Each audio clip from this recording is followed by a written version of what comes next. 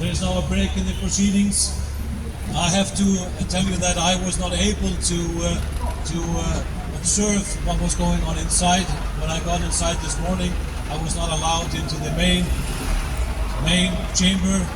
I was sent to an annex room with most of the reporters who were sitting there, not hearing a thing because the audio was constantly breaking. They were leaving the room, they were protesting, and if this is how you practice open justice, I don't have high faith in the court system here. It is absurd that journalists are not able to observe what is going on in the most important case for journalism in modern times. Absolutely absurd. And the fact of the matter is, I was told inside the courtroom, the chambers here, that the court here decided to put this case in one of the smallest courtrooms they had in the building. So only a handful of individuals could observe. What is that? How on earth is that possible with all the massive interest in the case? What are they trying to hide? Why are they toning down the access to these important proceedings? It is not the first time that we observe this. This has been going on in every proceedings we've had in the Julian Assange's case. There has been obstruction for observers to get in, to observe the proceedings. Parliamentarians traveling from abroad cannot get into the courtroom. NGOs have not been able to get in to observe what is going on. I'm not even sure that Amnesty International was able to get into the courtroom to observe what was going on. I believe that Rebecca Vincent from Reporters Without Borders was able to, and she has previously said that she has and Reporters Without Borders have been observing proceedings against journalists in countries around the world, and they have never experienced anything similar as they have experienced here in the UK court system. So, what is all this about? Why is the system so obviously trying to keep the eyes away from what is going on inside here?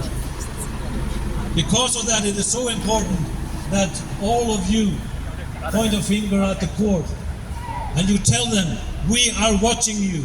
The world is watching you. You cannot hide the travesty that has been going on against Julian Assange throughout all these years. There needs to be a change. There needs to be, in the end, justice. Justice for Julian Assange.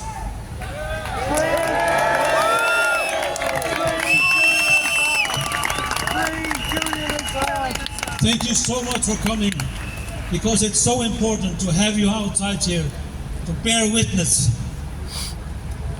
Those of you who are journalists, one of your main job is to bear witness to injustice. If you cannot stop it, at least bear witness. And what you are witnessing here in the case of Julian Assange is one of the gravest injustices that we've seen in latter times. And it will mark the end of journalism if he is extradited.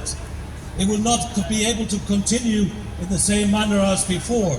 So what is at stake for you journalists is basically your existential platform. So you have to fight. It's not activism to fight for the right to practice journalism.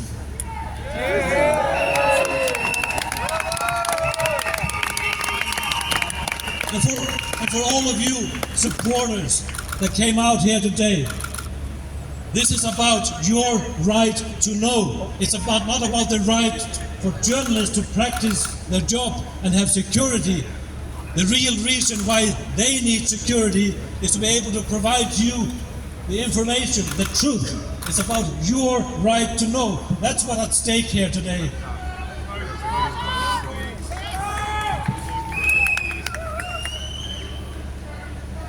These proceedings will continue this afternoon.